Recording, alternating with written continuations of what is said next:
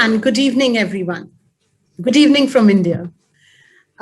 Welcome to the session 3.6. At this time, this is the sixth session of the day that we have. And here at the auditorium, we have a very interesting panel discussion on sustainable development, a confluence of environment, ethics, equity, and technology.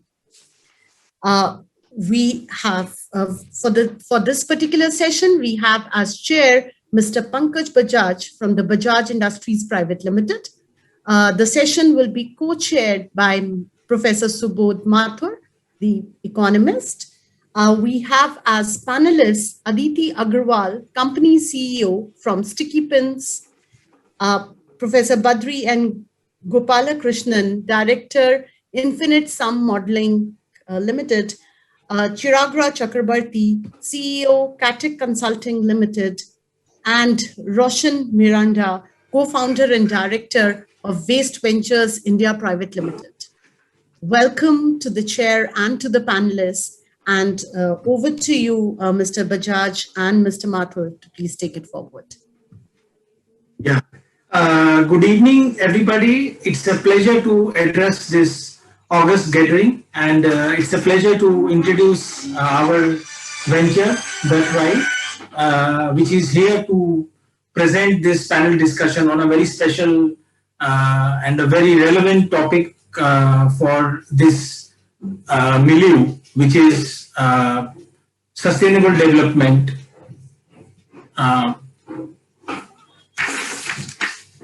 Equity, inequality, and technology. So we talk about equity and inequality first, which basically means we all agree that capitalism means winners are rewarded, but should the others be punished? How can the so-called others have a change and a chance at winning in order to create a more equitable and harmonious society? This is the first question which we would like to examine briefly. The second question is about environment and climate change. What is the intergenerational legacy of environment footprints we are creating? What the ethical question of who should bear the cost of conservation efforts, society, government, or businesses? Apart from these two deep-rooted questions, we would like to present 4 case studies on the power of technology and how they can be the harbinger of youth empowerment, of creating equality within the society. So, to examine the first subject of equity and inequality, I would like to invite Professor Badri to take it up further. Over to you, Professor Badri. Thank you, Mr. Bajaj. So globally, inequality is a major issue now. So the inequality has various dimensions, and we think about income inequality, and that's it can be between different countries. Richer countries becoming richer and poorer countries either becoming poorer or not becoming rich enough. So the gap between the countries keep increasing. Second aspect is within a country. Within a country, you have inequality between richer and poorer. So if you see the last few years of growth, if you take, for example, in India or even in the US, you see that the inequality has been increasing. So the gap between the rich and poor has been widening, even when the growth is positive. You have the economy growing, but the inequality increasing. And the third dimension will be even within within a country, it can either be overall it can be rich and poor, as I mentioned before, or it can be among different regions. Certain regions may be more developed than others, so on. And then you can also go to even more micro level, within household, who has greater access to resources. So there again, you have in patriarchal societies, you have the women being excluded from a lot of financial decisions and so on. So even if the household has a lot of access to resources, women may not have, and that may have a huge implication, not only for women per se, but also for the household as in its entirety. So I think all these different dimensions of inequality exist across the world. There are a lot of studies done in this area, and a lot of practical developments and insights and policies developed that are targeting inequality. For example, there are various schemes by the governments to target the poor and provide them income security, food security, and all these kinds of things. So that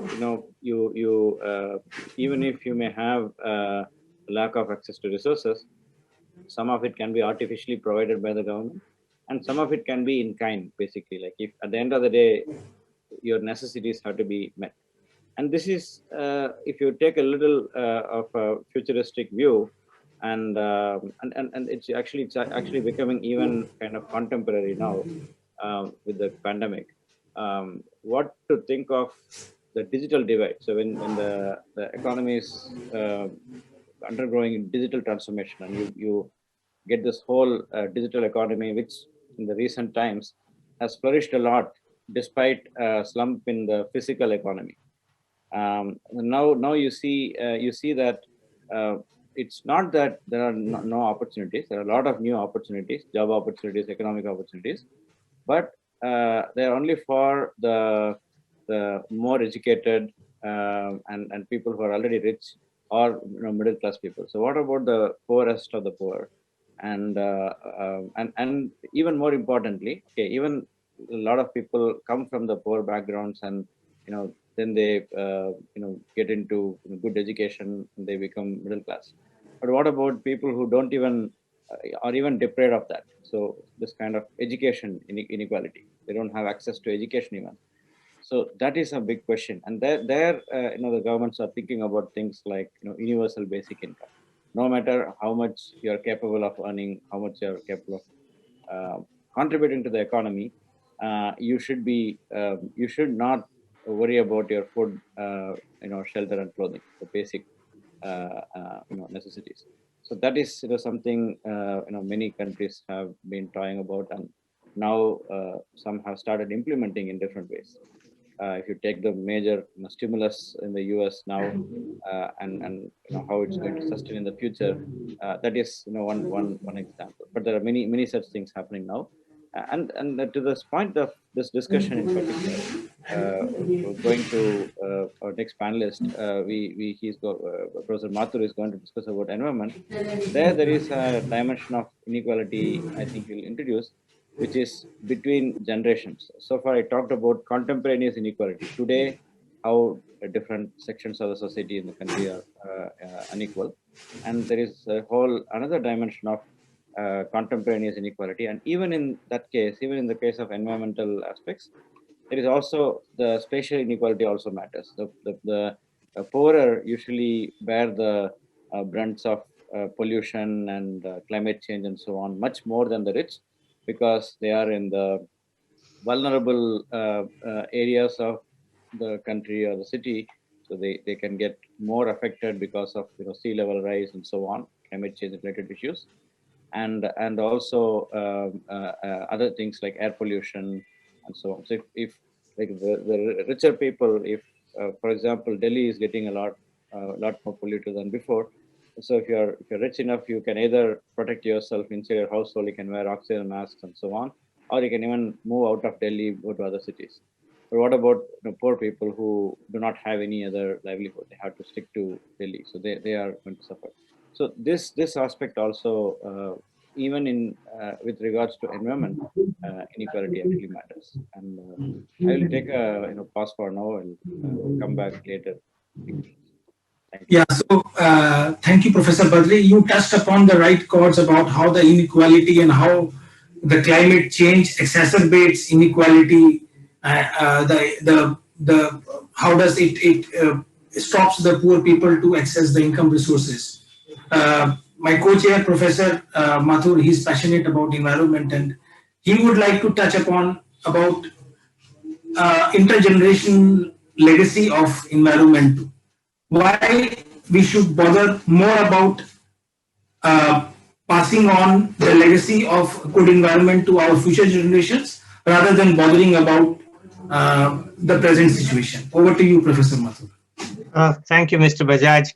Can I just add one point to Professor Badri's views, which are very important, and that is that apart from income inequality, people also talk about wealth inequality. He hinted at it. I just want to add one specific point to it, and that wealth is human capital.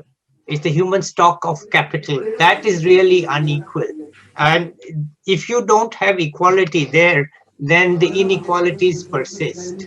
So we have rotten schools in most villages. Those kids don't have a hope. No matter what you do for them, they are not going to get the stock of human capital that is needed to compete.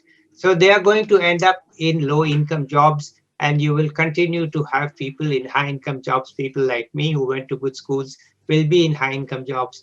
People who are as smart as me but were stuck in some rotten school in some obscure part, they are not going to get good jobs because they don't have the human stock of capital. So ultimately, the long-term driver of income inequality is the human stock inequality that we develop. Now, of course, the government's opened up schools. In 1947, we had no schools, no health clinics in the rural areas. The British left us hungry and poor. But we have built it up, but it's not good enough. So unless we tackle that inequality in building up the capital stock, human capital stock of the next generation, we are not going to get equality of some sort, or at least the up and down movement of people in the income range in the future. So let me leave that aside. Let me turn to my task. And that is, we talk about sustainability as if it is protection of the environment. You know, we always talk about we have to protect the environment, we have to do this, we have to do that. But really, we should talk about it in terms of the stock of natural capital and who gets to use that stock of natural capital. When I was born, the Ganga was clean, right? By the time I was 40 years old, the Ganga was polluted. My generation used it up, left you with nothing, right? Left you with the job of cleaning it up and trying to clean it up. When I was a college student in Delhi, the air was clean. But today, the air is not clean. Who did that? Somebody did it, right? Somebody did it for their own benefit and left a problem for other people. So it's really not so much about the environment. It's really about who gets to use the natural capital that we are endowed with. Now, before the Industrial Revolution, the human beings hardly scratched the natural capital. They had no means, no technology to utilize the natural capital, so it was intact. And the British also left us poor and hungry, so the natural capital was barely touched. We had our forests, we had groundwater that was 10 feet below. Today, we have depleted it because we have to dig 400 feet to get water in a well. Who drank all that water? Where did we use it? We used it to grow crops. We used it in Punjab to grow crops, and we used it elsewhere to grow food. So the needs of the current generation were addressed by using up the natural capital, and we didn't leave enough of it, I must say, for my grandchildren's generation and for all of us, for our grandchildren's generation. So really the sustainability is a question of who gets to deplete the natural capital that we are endowed with, right? And yeah, so Professor Mathur, let me just interrupt you and let me ask you a natural question at this stage. I mean, yes, we talk about passing on our legacies to our future generation, but today a bigger question can also be who should bear the cost of conservation? It should be should our children should bear, or the government, or the businesses, or the giant corporations, or the society? So that leads to this next question. Yeah, so the question, I think you posed it very well. Who's to pay the cost? In the end, it's the user who has to pay, right? It's the beneficiary who is to pay, or as we say, the polluter pays principle. So if I am the polluter by consuming goods that come due to pollution, then I must pay, right? It's not the government that has to pay. It's the person who is responsible for the depletion of the capital. And how that works is you can implement it in very different ways. For example, you can tell the car companies, if you make a car and you sell it to the consumer, in the end, you have to have a recycling policy. You have to have a plan to get the car back to you, and you have to find a way to recycle it, right? You can build that into the obligation of the company, but the company is essentially going to charge the user. We don't do that, right? I mean, we don't have this thing that, I mean, Mr. Roshan Miranda is here. We don't have an obligation on my part. If I order from Amazon or some mail order thing, I have 15 cardboard boxes sitting in my home.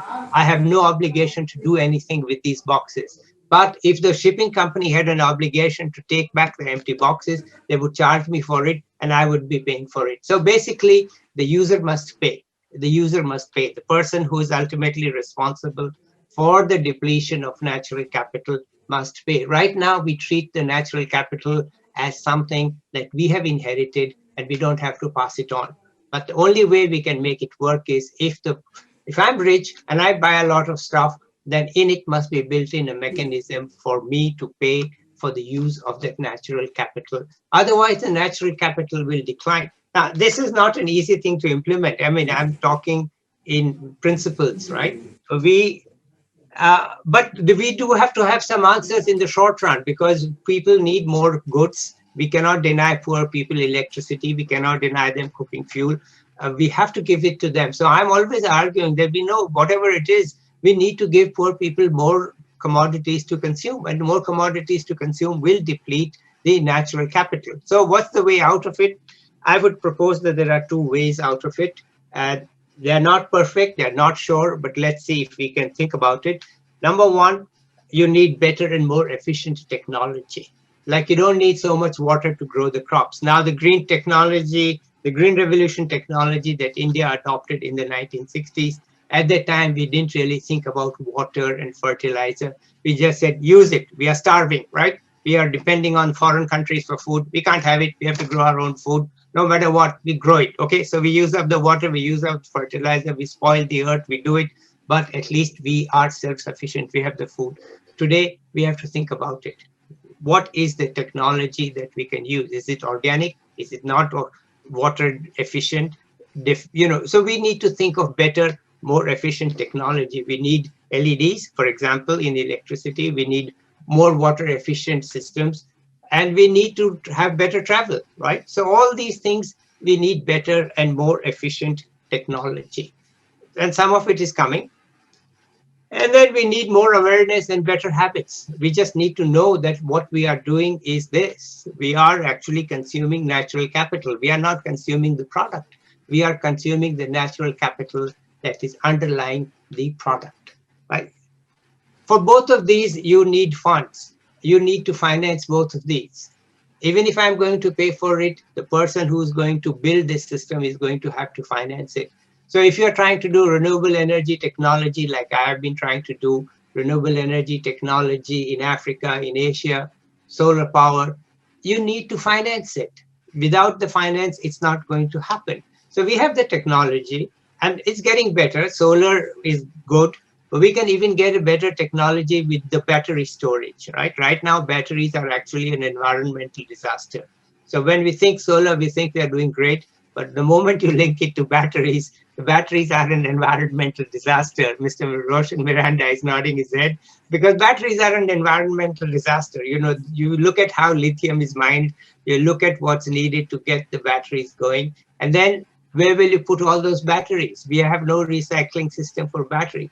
So all these have to be built with great care. We have to think really through all the steps to make sure that what we are doing, we are taking account of the depletion of natural capital at all points and passing on the costs to the user. And then teach the young people that they need to do a better job. And there's no way around it unless we teach the young people that, listen, the goods you are consuming are coming at the cost of future generations. We are not going to get the change that we need. Now, let me stop there. That we need the only answers are we need technology, better habits, and we need the money to finance both of them. Without it, we are headed for the kind of disasters that we are already seeing in India. And we are seeing the degradation in the Himalayas. We just say, okay, we build a dam because we need the dam. So what the hell, damn it. And then we dam it, and then we say, damn it, why did we dam it, right? So let me stop there. Thank you. Thank you, Professor Mathur. Two broad conclusions from what you said. One is the way forward is recycle more. We have to move away from the extractive economy to the recycling economy, what is called the circular economy.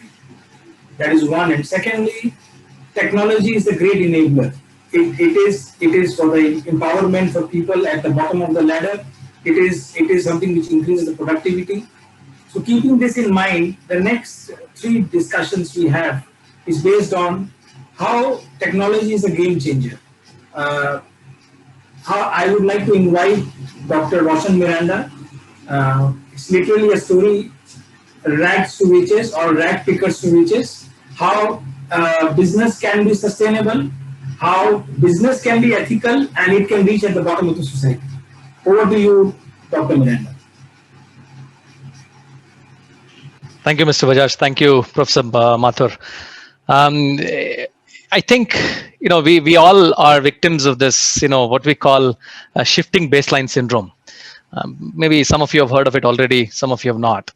The issue is every generation that comes, starting from maybe my grandfather's generation all the way to us, and then possibly future next generations, we take the we take the environment we get or the nature we get as a baseline, and we trash it further. Right, that's our baseline, and we don't want to deviate too much from it. But unfortunately, there are circumstances which push us to kind of go down, and then we trash it further. Right, so that's unfortunate scenario, and that's something we need to get out of. And I think that only happens when we get out of the extractive economy and get into the recycling economy. Right, and the heroes who make us happen today, at least who are striving to make that happen, are the waste pickers in India. Right, this is a colony of a waste picker colony that we work with. We work with around 130 waste picker colonies in Hyderabad. This is just one of them. This holds around 45 families over there, and then it's possibly an acre of land, which again they can be displaced anytime. Now, what these guys do is they collect the waste from individual households across that, wherever this colony is, from almost 3 to 4 kilometer radius, bring it here, sort the waste, and because it provides them livelihood, they take out all that is valuable from there and then sell it to people like whoever comes to buy it from them. Now, one of the things that we end up doing with these waste pickers, and one of the reasons why we have an interaction with them, rather an association with them, is we identified waste which they were otherwise not selling it, otherwise they were burning it, otherwise they were dumping it into the landfill or into water bodies. We identified those waste streams and then told them, if you were to give this waste to us, what would we do? What would you be willing to do it for? Of course, there's a cost associated with it, right? There's, if they were to if they're collecting those shampoo bottles, if they're collecting those water bottles, it's because they get paid around 18 rupees per kilogram or 23 rupees per kilogram or maybe 12 rupees per kilogram. When we ask them to start collecting those chips packets, chocolate wrappers or carry bags, they want at least 5 rupees for it, right? Now, who pays for that waste? Who pays for it? Because when we kind of collect that waste and then give it to recyclers, they charge us 50 paisa per kilo. And here they expect a payment of 5 rupees per kilo. There's a huge gap, right? Somebody needs to fill that gap. That is where hopefully people like us and startups like us are coming into the fore and then kind of saying that, yes, let's figure out solutions. And it's not, we are not being left, in the lurch, and it's not like we don't have solutions. Yes, we're figuring it out while there is a lot more that is happening. So some of them are the ones which I'm going to talk about today, and then trying to say, what makes this, these heroes who bear the brunt of inequality sell these piles of waste. If you would look at it, all the waste around this vehicle here are the ones which they cannot sell it to anybody, which needs disposal. Otherwise, it gets burnt. It's already burnt around here, right? And all the waste on the other side, where there's a jeep kind of a place, is all the waste. You don't see much there, but that's a waste which is already valuable waste to them, right? Now, this is where we need absolute solutions, so that we kind of make sure that these guys who are earning around 100 rupees a day, that's kind of the earnings they do, they earn around 20 rupees more. right? That was the whole idea, and that's the idea with which we started, and we have started with multiple materials which we can now help them recycle. Now, what are the ones how does this whole fit into the whole SDG goal, right? In the sense, how do we make these waste pickers earn that 5 rupees? It all comes from adding that value to that particular waste stream. Right? If we do not find that value in that waste stream, which is, for example, the carry bags and chips packets and wrappers, of course, nobody can pay that 5 rupees to them. Right? So somehow we have to find a way to add value to that waste so that gets percolated down into these people. And then that again helps us build these waste pickers with human capital that Dr. Mathur was talking about and get them out of these inequality that Dr. Badri was talking about.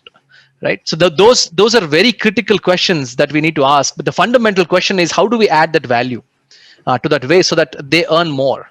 Right? That is the question we have been asking. So that also another thing very critical to say is so that it's not just extractive.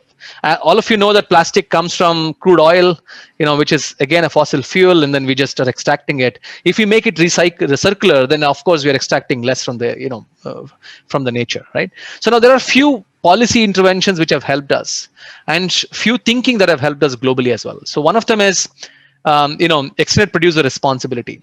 Goes back to what Professor Mathur was saying, polluter pays principle, right? What is now being mandated is that if there is a brand which produces or rather uses plastic to package its whatever the goods or the product they produce, they need to pull that much plastic back from the environment. That is extended producer responsibility. They can pass on that cost to the consumer. Ultimately, the polluter is the one who pays. Right? I am the guy who is buying instead of buying water in a glass bottle that is reusable bottle. If I am buying a plastic plastic bottle of water, then I pay for that extra packaging of plastic that is getting into the environment. Right? That is a polluter pays principle, and that kind of indirectly is embedded in here, right? Through extended producer responsibility. That's been brilliant. So because of this, we are able to work with a few brands who are able to pay us for at least for the cost of collection of these materials, which we are unable to collect before. That is a great effort. Now, what happens there too is that the brands drive down the players like us, startups like us, down to the core of just at the cost, right? Not making any margins, making it difficult to sustain. Only passion continues. Right? That cannot be a true business. It has to have margins. What has now helped us is plastic credits across the world. This is a new thinking. It's yet to get implemented, right? It's just started. Now, plastic credits, what it says is that any organization like us can pull back plastic from the market and then either get it recycled or get it managed. And whatever the credits we generate, we can sell it in the market, that is in the international market, right? I would sell it to EPR if EPR is paying me enough. If EPR is not paying me enough, and if plastic credit is paying me enough, I would pay it in the international market. So that kind of balances it out in terms of how who is able to pay how much. Again, coming back to inequality question that Dr. Badri wrote about, right? Or spoke about. So those are the two policy parameters which are helping us out. And something of this kind is what we need to think. How do we go back to polluter pays principle and drill it down? And one thing which I want to kind of what helps us here in all this is kind of integrating the technology. Right? Whenever we talk about plastic credits, it's very important to identify, can I actually trace this material back to a producer of waste, right? And can we trace ethical standards in kind of procuring the waste, right? Making sure everybody is paid in the value chain, making sure everybody has done it ethically. I think technology is very critical. That's where we have brought in, we have founded another company called Bintix, which uses waste and then derives more value from it. Additionally, is doing it all technology enabled. This technology very well plugs into the plastic credit system readily, and it makes plastic credits work really well. Right. So going back to Professor Mathur's word, and I think Dr. Chiragra is also going to mention that here. Technology is extremely critical, but at the same time, it comes with a cost. Right. Not precisely the question that we are bringing in here. Batteries come at a cost. Right. And I think at every level, we need to think, is the producer paying for it, right? If I am the producer who is kind of using the technology, am I paying enough for it, right? That is where, and I'm thankfully that technology comes at a cost, and at the same time we have not realized, what is the cost of the batteries, right? What is the cost of recycling them? We don't have lithium ion batteries yet. We don't have, we're just now building, technology into, interventions to kind of recycle all the servers that we're going to be building in the world, right? We need to think beyond and see, hey, are we putting in the, system in place for us to kind of make sure we handle it right? And I think there is a lot more we can do, but I think we can definitely adhere to the SDG goals and build a better world, as long as we think for every material we use, is this getting into the right hands? Is this being handled right? Is this polluting the world, right? And can I, at any time, if it is not helping if it is harming the world, can I stop using it, right? That comes back to the behavioral aspect of it. And we hope we all build a better world together and not trash the, nature we got as a baseline. Thank you. Wonderful, Dr. Miranda. Your passion, the way you speak from your heart, and your venture is a perfect example of how we can have equity, inequality, climate change, all coming together at the same time. It's in perfect harmony. But we keep coming back to the theme of money. It has to be financially. Anything which we do is must be financially sustainable to make it really long term in nature, to make it really work. The second point which comes here is how to have people from all stratas of the society access to credit, because that is one thing which hinders the growth. The capital effect is going up, the inequality even further. The income is going down and the capital is going up. But the solution lies in technology, as always. This great technology is the great savior, as we will see. So I would like to invite Mr. Chakravarti to explain us what is happening in different parts of Africa, fintech and digitech, how it is enabling people from all stratas of the society to access to banking and financial services. Over to you, Mr. Chakravarti. Thank you, Mr. Bajaj. Thank you very much. It was a really lovely initial thought given by Professor Mathur, Dr. Badrinarayan, and Dr. Roshan Miranda. A lovely presentation by him, and we could see the passion in the presentation part of it. Good job done in that. Yeah, so my role is more from I want to make 2 points here, basically. First, I would love to talk about, which Dr. Mathur also talked about, is that if you want to have a sustainable development goal, SDG, in various aspects, whether in India, Asia, or Africa, how do you fund this? And if you can get an investor to fund this, how this investor can get money back? And if that type of products are available, how do you democratize that product using technology so that everybody can participate in such type of product? So that's the theme I would like to bring here. So first of all, yeah, definitely SDG, when you talk about SDG goal, the ideas are brilliant, and when I say brilliant, it is not only brilliant, it's necessary, because we need to sustain the environment where we stay. And as I totally agree with Professor Mathur's point also, that as we stay here, I need to leave this environment for my daughter who is growing up now, so that she can enjoy that environment nicely, and even the generation to come. So it's a long-term process and long-term project. And that's why you require somebody to do this on a different generation and to carry it forward. Now, as we have seen from various sources, that such type of projects are very big, and it requires more than trillions and trillions of dollar investment in a year.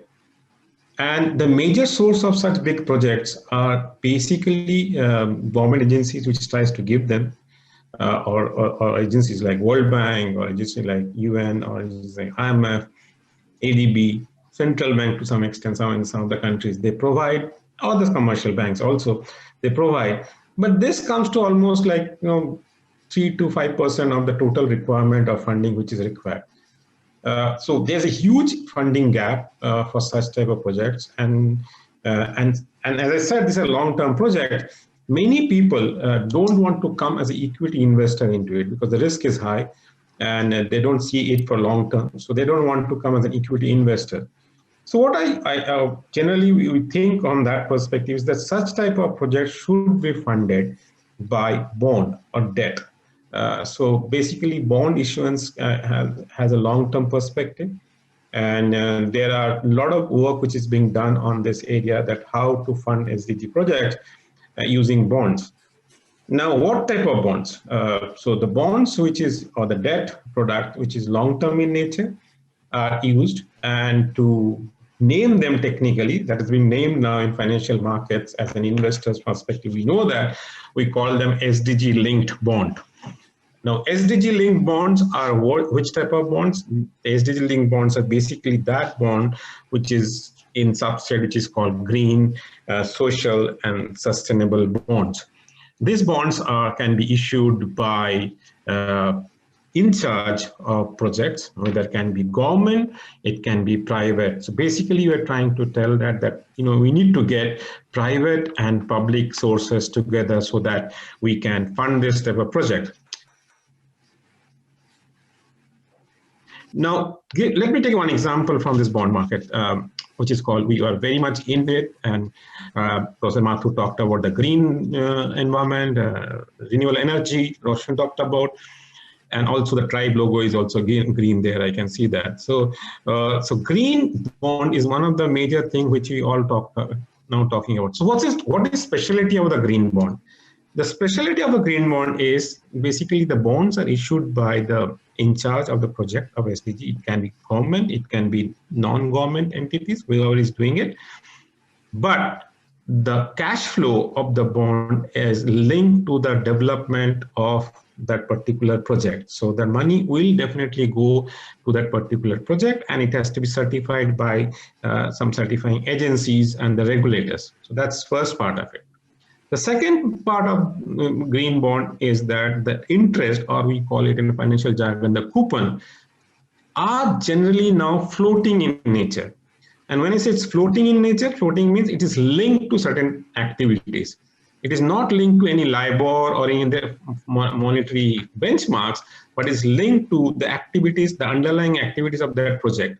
So for example, let's take an example here. Let's say we want to do Clean Ganga project, and we issue a green bond for raising fund for this Clean Ganga project. Now, what will happen in this case is that the coupon of this bond will be linked to the Clean Ganga project activities. So if the Ganga project, if the Clean Ganga is no more a clean in next time of the coupon payment is coming, then it will be that the issuer has to pay more coupon. So if, let's say, earlier time it was 5, it has to be 6%. So it gets in that way. So it's indexed to the activity of the underlying activities. It is indexed to the activity of the underlying activities, and that's the way it is pushing the issuers of the bond to work quite actively to make this the sustainable projects more sustainable and quickly can be done. So the coupon is indexed with the underlying activities, which makes the life much more better for such type of issuers where we are working on that part of it. Now, since green bonds are becoming very in thing, we have seen the global fund managers like JP Morgan, PIMCO, and others started investing in such type of funds. So their portfolio started carrying it. And when you see that that's happening in the wholesale side of the investment, that the people are investing into it. The second good thing which is happening now, because as you know, most of the central bank, they have to invest in some of the assets to enhance their return. So they have also started investing green bond or SDG linked bond.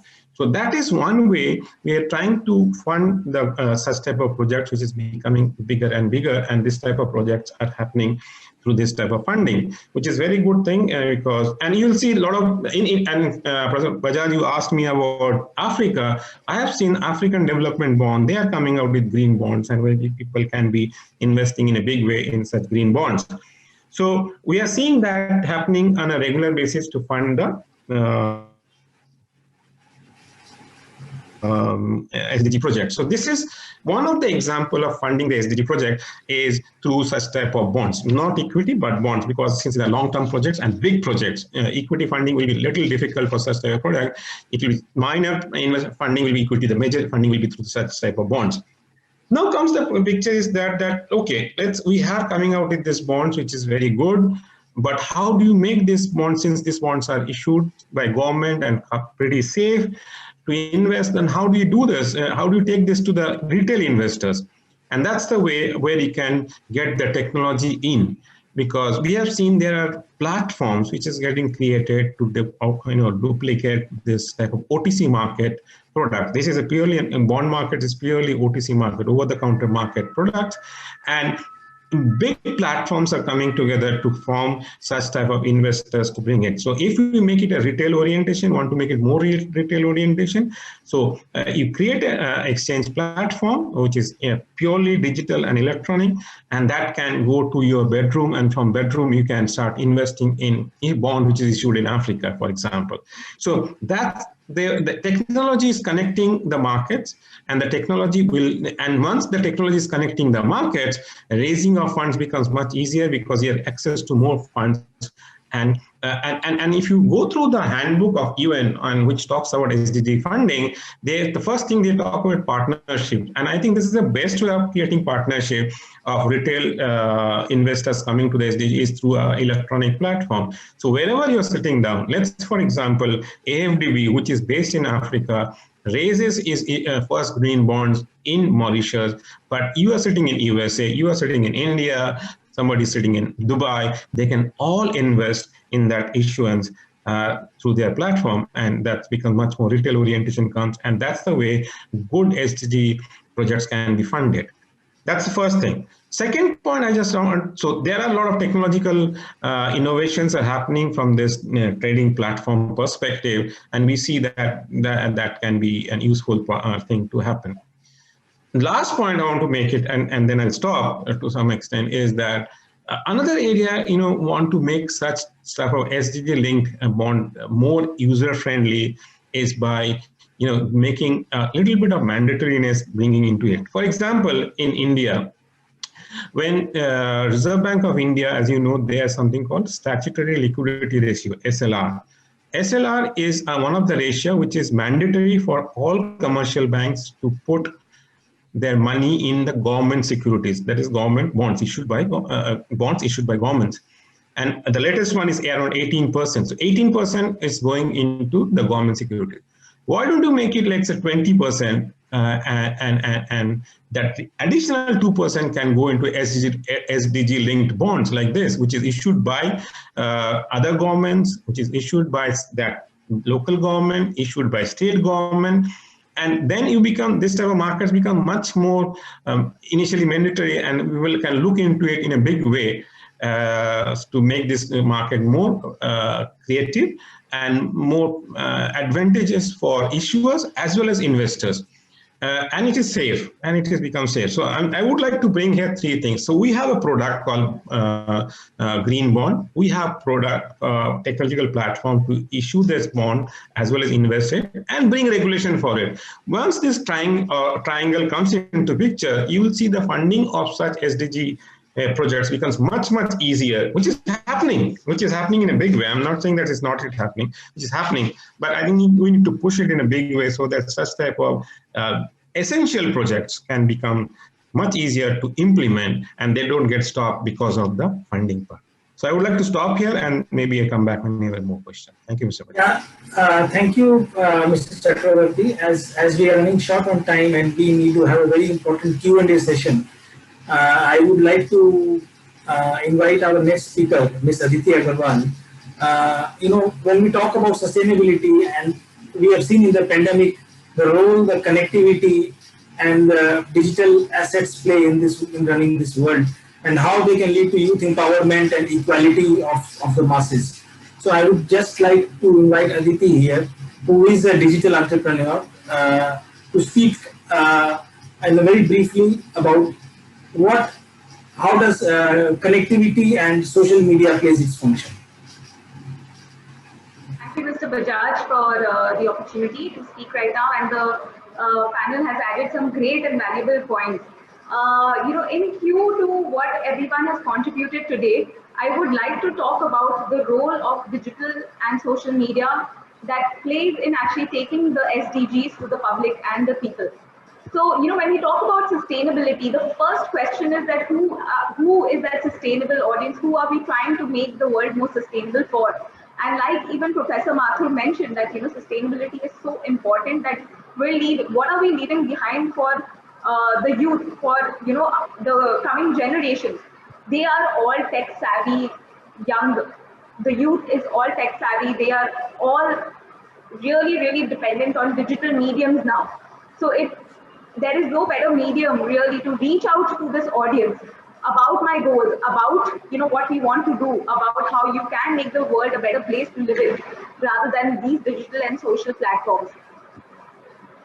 In 2015, the new SDGs were set, and the first discussion that was actually aligned to this was via the UNITAR, that is the United Nations Institute for Technology and Research, and via their e-learning course, which was on and discussing how social media and Web 2.0 tools play an important role for innovative collaboration for development, actually, to achieve these goals. In fact, the power of ICT. So what is ICT? That is information and communication technologies, which is actually part of your SDG 9, that is industry, innovation and infrastructure.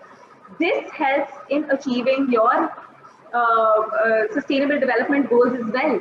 The modern utility services like water, electricity, and the actions to be taken on this with technologically advanced solutions, which a wider reach is via technology. And you're reaching out to people via your social media platforms, via digital platforms. Moving on to the next point, I'm moving a little fast because we're a little short on time, is equality. One of the main things about using a social media platform or a digital medium to communicate is it spreads awareness about the goals, about the initiatives that we want to take up, that we want people to know about. And in fact, during the the discussion and the debate of UNITAR, it was actually mentioned by one of the participants over there that people cannot fight for their rights if they do not know about them. So let's tell everyone. And what is the best way of telling everyone about it? To spread awareness about our goals, about our initiatives. Even what Dr. Miranda mentioned about, how people, the lower strata people are helping out in actually collecting waste, is because people like Dr. Roshan Miranda are taking that initiative to take this out to the rest of the world, to help more and more people aware about this. So, certainly spreading awareness, global access and reachability of the audience, and empowering people with the knowledge to make change possible is where we are really also solving one of our sustainable development goals of inequality and moving towards a more equitable audience. There are limitations to this without a doubt. What we see is that there is misuse of these platforms for sure. However, restricting the use of internet, restricting the use of social media also violates major human rights without a doubt. And there is misuse of public domain, digital content that is there. And this is primarily because of a gap in the education system where people don't know how to read, how to use privacy policies, how to use public data. And like what Mr. Chakraborty was also mentioning about, reading and interpreting that data, how to use and handle that data. What are the actions that are taken and can be taken from SDGs and from the digital medium is to create a conducive atmosphere where you have the freedom to use social media, use digital platforms with certain regulations without a doubt, because you cannot run everything on a free flow, and as soon as you let that happen, that's where the misuse comes into place. So that's the power of social media and power of digital really over here coming in, and educating users on how to read these policies in place. In fact, UN even offers training sessions for our innovative collaboration for development to empower development professionals with knowledge and hands-on experience to handle and achieve these goals, how to achieve these goals online. Just quickly, what is the impact that social media brings and on achieving our sustainable development goals? New solutions, new insights, new methods to arrive at better solutions. That's something that we're all driving towards. If something doesn't work, it is technology that shifts it. It is the word of what people experience and what people have achieved so far or experimented with, that they're moving on to find better solutions. And how is it reaching out to more and more people? It's because of these digital media platforms as well. Yes, it does inculcate, again, coming back to equality, it does include mass movements, wider participation. So it doesn't matter who you are, where you're from. It's the unity between people to drive towards achieving that single goal through that single message that was circulated around through the web. It leads to democratization, empowerment, and ownership, and that ownership to actually achieve and fulfill that development goal. So, like every day, whatever action is being taken, it is the data and intelligence that has been created by these platforms that is actually refining what information reaches who and how, and who is that right person really to take that action to achieve our goals, whether it's equality, whether it's sustainability. So that is what I would just like to talk about a case study, which is which was run by the United Nations, Imagine 2030, and this was launched just after the new SDGs were defined. And that's when this was one of the first campaigns within 6 months that it got a 220 million hit on Weibo, a social media platform in those days. And this campaign was one of the first campaigns that took SDG to the people of the world and made it one of the most trending topics. So to conclude, I would want to just end with promoting social good by harnessing the power of social media. I think that is one of the most powerful ways of taking these goals, taking our initiatives to people, and getting the right people to action upon it.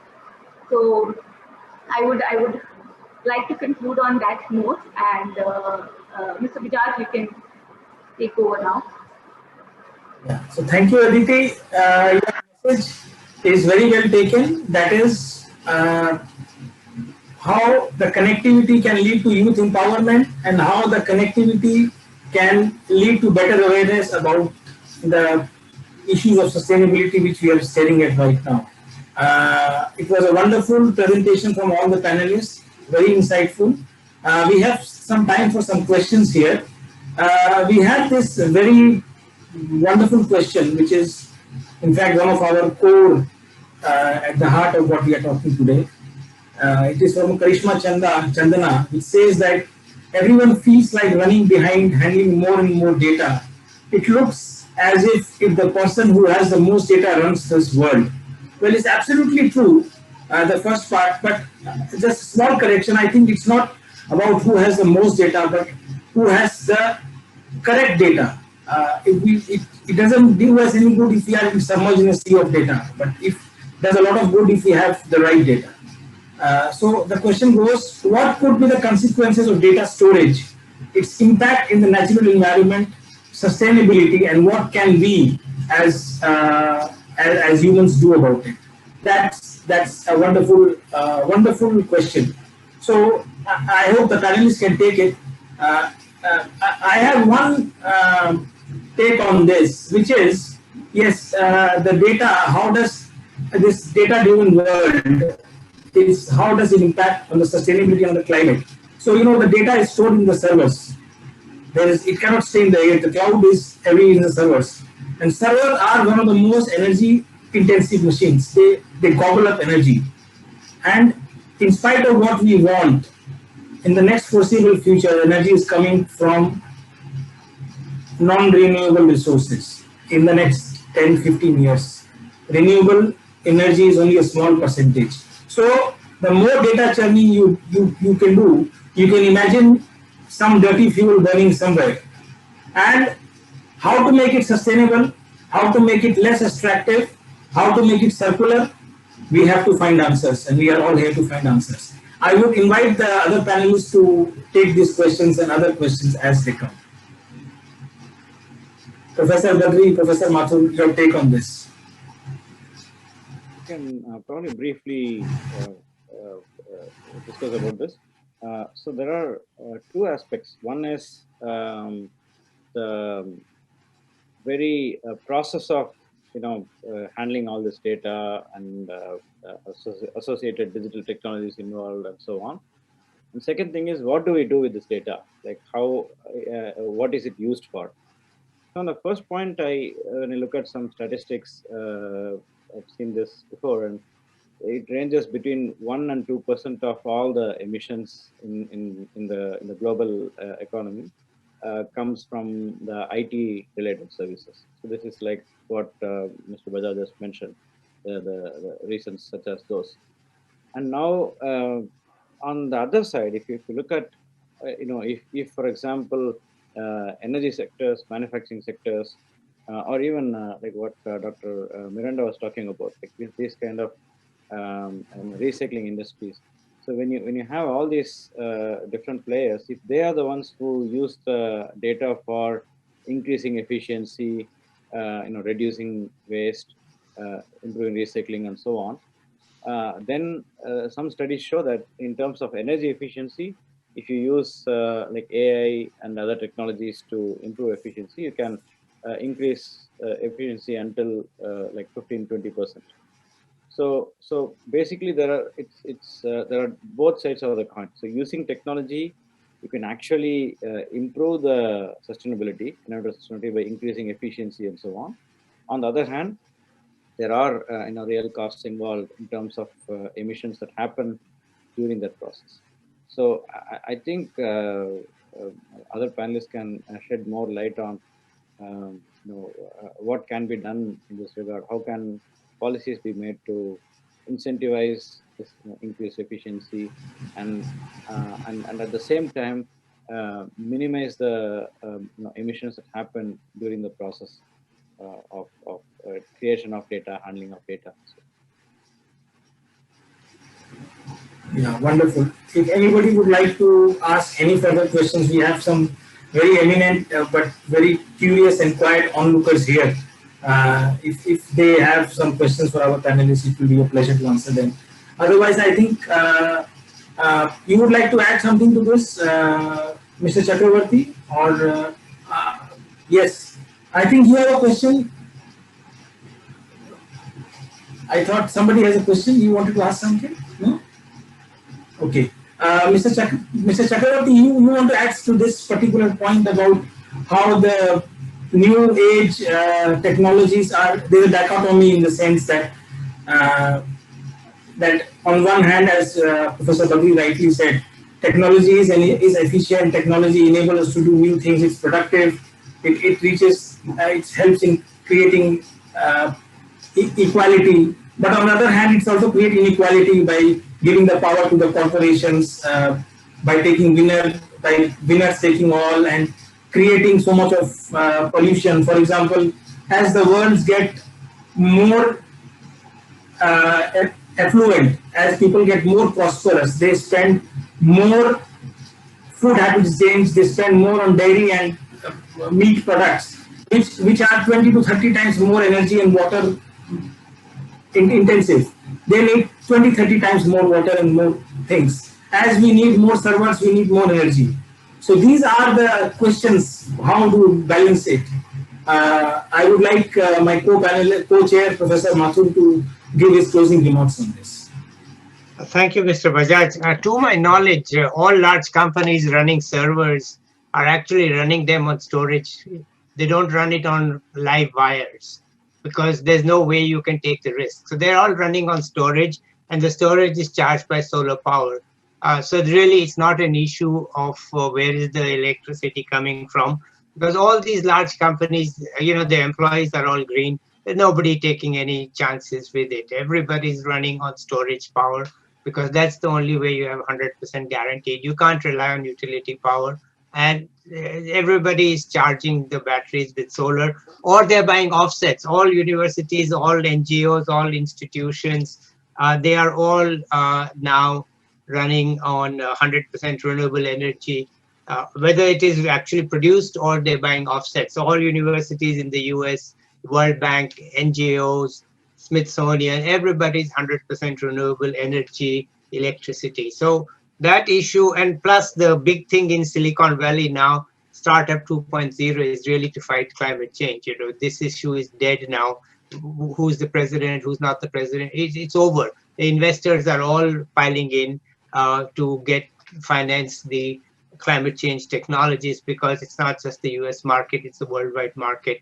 And so everybody knows that. So I think our concern should not be so much on the servers, because servers, yes, and I'm sure they're working on energy efficiency in servers too.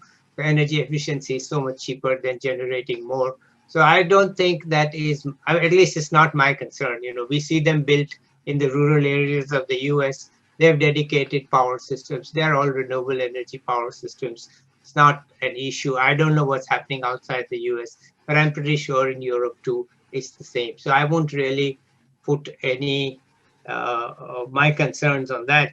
I think the concern is really, when looking at it from the point of India, really, how the heck are we going to grow the food that we are going to need for the people? I mean, we think we are food sufficient, we are not importing food, but that's just very low levels of consumption, you know. As Mr. Bajaj said, people want to move to dairy products, meat products, and so on, which are 20, 30, 40 times more energy intensive, water intensive. I mean, people are poor. They're not eating much, but as incomes rise, they will eat much. I mean, consumption of meat per capita in China is 60 times what it was 50 years ago, 30 times what it was 30 years ago. We're going to get enormous needs for this. So my concern is about sustainable agriculture. How the heck are we going to produce the food to feed our people? Okay? This is really absolutely critical, because it involves water and it involves energy. It involves fertilizer. Can we do it with organic? Is there any sustainable way? Or are we going to have to deplete our natural resources, which is what we did with the Green Revolution of the 1960s, where we depleted the natural capital? How are we going to feed the next 30 years the people of India as their income increase and the demand for food increases? Then on housing, let me just add. We have only a minute to close. Okay, so let me stop. So you can say something as a closing remark, and we need to stop there. Okay, so let me just add the second point, the housing. Okay. If people are living in very, very tight spaces, it's not going to last. They're going to have to build better housing. Housing is also very energy intensive, because you are going to be, first of all, cement is very energy intensive, and we are no longer going to live in homes that are too hot and too cold. Poor people live in homes that are too hot and too cold. This won't last. How the heck are we going to do this? Housing and agriculture, to me, are the two areas where the demand is unlimited in India. And I don't see any strategy for meeting that demand in a sustainable way. So that's really the issue that I want to pose for further thought. How the heck are we going to house and feed our people without sacrificing the earth? Thank you very much. And it was a pleasure hosting this program, and we hope to be in touch with ISB team in the future. Thank you very much. Thank you all. Thank you. Thank you all. Bye-bye. Thank you so much, Mr. Bajaj. Thank you so much for hosting this panel. Thank you, Mr. Mathur, Professor Badri, Mr. Roshan Mirinda, Mr. Chiragra, and Aditi for being the panelists. It was an amazing discussion, and I'm sure the participants who have been listening to you might have got a lot of inputs into the space. Thank you so much once again. Thanks a lot. Bye-bye.